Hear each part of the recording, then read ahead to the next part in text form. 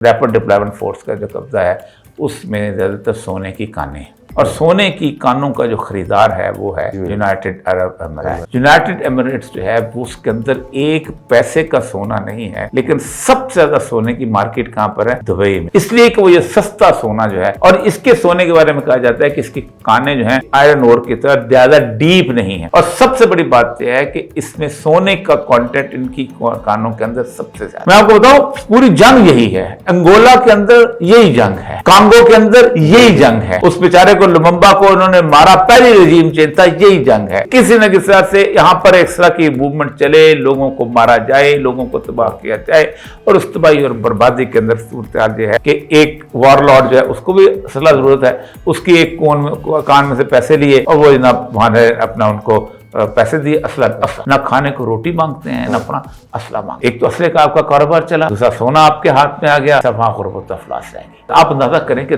ऐसी तस्वीरें हैं कि दिल दहल जाता है। हाँ जी। यानी एक पहले उनको कहा अपनी कब्रें खोदो और फिर उसको जिंदा दफन किया गया। ताबूत के अंदर एक बंदे को घुसाया जा रहा है, उसको बंद किया जा रहा है, उसके अंदर कील ठोके जा रहे हैं और ताबूत जमीन में दफन किया जा रहा है। कॉफन के अंदर जिंदा बंद करके उनको दफन किया जा रहा है, आग में जलाया जा रहा है।